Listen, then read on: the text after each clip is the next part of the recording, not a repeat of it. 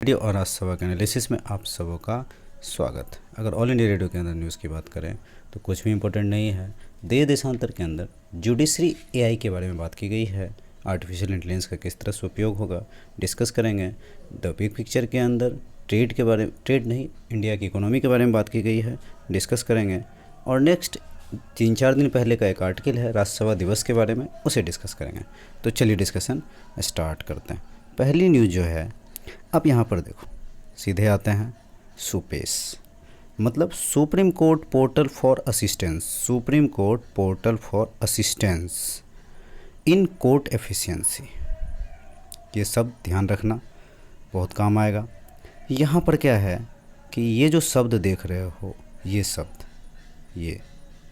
ये सब सुपेस, इससे वर्चुअल हियरिंग होगी, मतलब online hearing. CJI S Bobde ने आगामी सीजेआई नेक्स्ट जो हमारे जस्टिस होने वाले हैं एनवी रमना और सुप्रीम कोर्ट की एआई कमेटी के चेयरमैन, जो कमेटी बिठाई गई थी, कौन हेड कर रहा था? जस्टिस नागेश्वर।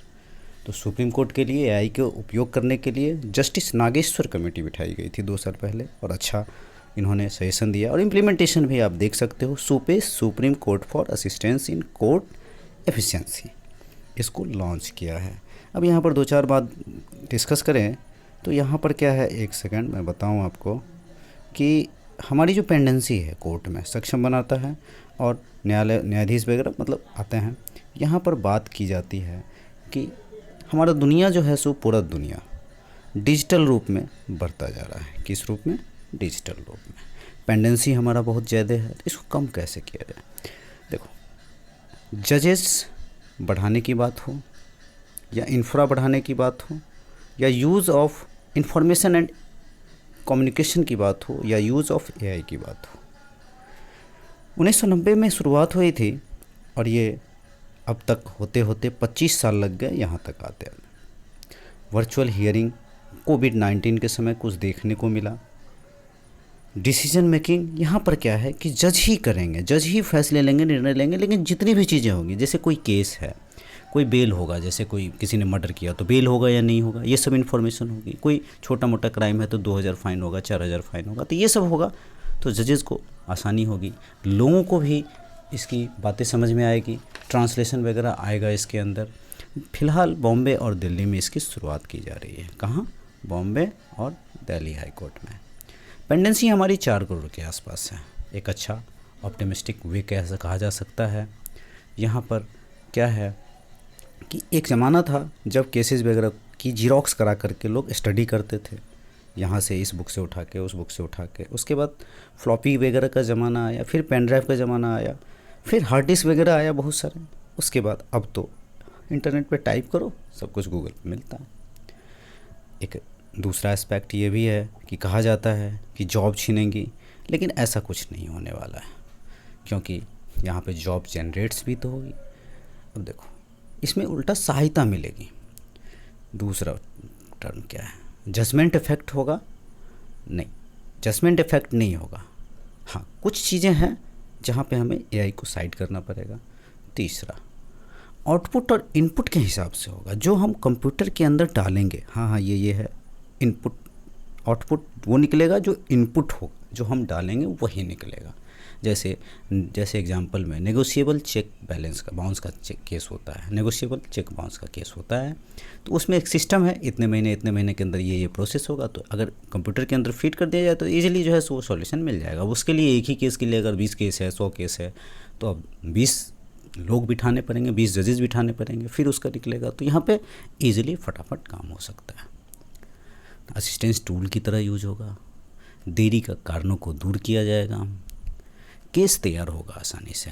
हालांकि वर्ल्ड बहुत आगे बढ़ चुका है, लेकिन वर्ल्ड के लेवल पर हम अभी तैयार नहीं हैं, थोड़ी सी ट्रेनिंग की ज़रूरत होगी। क्यूरिकुलम में डालना होगा एआई को, ह्यूमन एरर दूर होगा। अब नेक्स्ट बात करें तो वकील नहीं ढूंढना पड़ेगा, इजीली मिल सकता है।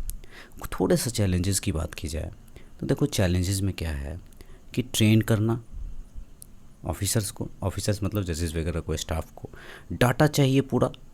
जैसे बीज बोने से पहले ज़मीन तैयार करनी पड़ती है, उसी तरह से सारा कुछ तैयार करना पड़ेगा। चलते हैं नेक्स्ट आर्टिकल पे इकोनॉमी की बात कही गई है। इकोनॉमी के बारे में क्या है कि पटरी पे आ रही है हमारी इकोनॉमी। देखो यहाँ पर देखोगे, एक सेकंड, ये तो इंटेलिजेंस उसकी बात होगी, डाटा एनालिसिस भी इजी, वही पहले वाला आर्टिकल का है, 2-3 टर्म आप देख सकते हो। चलते हैं नेक्स्ट पे।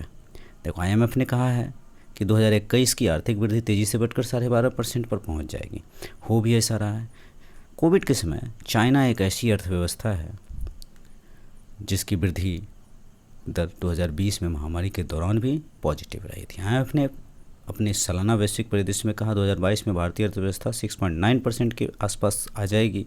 IMF का कहना है कोरोना महामारी के कारण 2020 में भारतीय अर्थव्यवस्था 8% की गिरावट के बाद भारत की इकोनॉमी दुनिया की सबसे तेज़ रफ्तार से बढ़ेगी। इससे पहले मूडीज़ ने भी भरोसा जता चुका है और 12% दर्ज की जाएगी 2021 में। चलते हैं, बस और कुछ खास नहीं निकलता है। चलते हैं नेक्स्ट आर्टिकल पे। ये आर्टिकल बड़ा अच्छा है, इसे आप पॉलिटी के कंटेक्स्ट में देख सकते हो। देखो यहाँ पर क्या है कि राज्यसभा दिवस की लोकतांत्रिक सरकारें शक्ति और संतुलन पर आधारित है, लिहाजा लोकतांत्रिक संसदीय व्यवस्था में 2 सदनों का होना अहम है। एक सदन की लोकप्रिय इच्छा प्रतीक यानी लोकसभा है, वहीं दूसरा सदन राज्यों का प्रतिनिधित्व करता है, काउंसिल ऑफ स्टेट्स बोलते हैं। राज्यसभा भारतीय संसद का दूसरा नाम है जिसकी स्थापना मोंटेग्यू चेम्सफोर्ड 1919 के आधार पर की गई थी। ये सवाल बनता है कि राज्यसभा कौन से एक्ट से आया था, जबकि उसके उच्च सदन का सभा का गठन अपने भारत के आज़ाद होने के बाद 3 अप्रैल 1952 को हुआ था।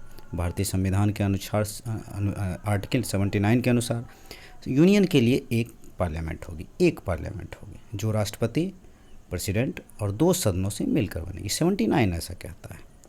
भारतीय संविधान में लोकसभा और राज्यसभा जो होता है, यहाँ पर देखो लोकसभा और राज्यसभा को कुछ अपवाद एक्सेप्शन को छोड़कर कानून निर्माण की शक्तियों में समान अधिकार देता है।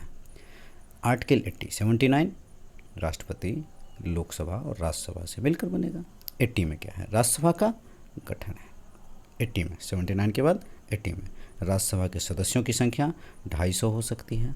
वर्तमान में क्या है कि 245 सदस्य, अभी फ़िलहाल कितने 245, और 12 सदस्य नॉमिनेट होते हैं और कुछ 12 सदस्य में सामाजिक विज्ञान, कला और समाज सेवा से संबंधित होते हैं जिसको हम नॉमिनेट करते हैं।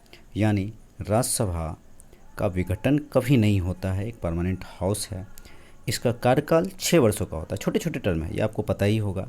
राज्यसभा के एक सदस्य का चुनाव, 1/3 सदस्य का चुनाव हर दूसरे वर्ष किया जाता है, हर दूसरे वर्ष 1/3 का चुनाव। राज्यसभा का पहला सत्र 13 अप्रैल 1952 को आयोजित हुआ था। अब तक राज्यसभा के 253 सत्रों का आयोजन हो चुका है। इन 253 सत्रों में राज्यसभा की 5542, ये सब कोई इम्पोर्टेंट नहीं है, याद रहे तो भी ठीक, नहीं रहे तो भी ठीक। वहीं 3889 बिलों को राज्यसभा से स्वीकृति मिली है, यानी पारित किए जा चुके हैं। राज्यसभा के सभापति एम वेंकैया नायडू ने राज्यसभा दिवस पर ट्वीट करते कहा, अपने गठन से ही राज्यसभा राष्ट्रीय हित और जन कल्याण के विषय पर अपने सार्थक विमर्श का साक्षी रहा है। देखो यहाँ पर क्या है कि जब कॉन्स्टिट्यूएंट असेंबली में डिबेट चल रहा था तो एक्स्ट्रा पैसे खर्च करना क्या सही है, एक डिबेट का विषय बहुत ज़्यादा हुआ था, लेकिन डेवलपमेंट के लिए भी ज़रूरी था। एक अच्छा बिल पर उस पर बात होना भी ज़रूरी था। लोकसभा ख़त्म हो गया, अगर मान लो लोकसभा अगर ख़त्म हो गया और कुछ बिल राज्यसभा में है तो वो बिल फिर भी जीवित रहता है। इस तरह के क्वेश्चंस को आप सॉल्व करते हो। अभी तक 3 बार जॉइंट सेशन हुआ है, जैसे डॉरी का बिल इसी के अंदर हुआ है। मतलब ये समझ लो आप कि जब लोकसभा और राज्यसभा लड़ाई हो गई इस बिल पे, राज्यसभा ने कहा नहीं ऐसा नहीं होगा, तो जॉइंट सिटिंग हुआ है 3 बार। सरकारों का बनना या बिगड़ना राज्यसभा पर निर्भर नहीं करता है, इसलिए इसको इम्पोर्टेंट भी नहीं दिया जाता है। लेकिन यहाँ पर 2-3 बातें हैं, इसको ध्यान देने की ज़रूरत है।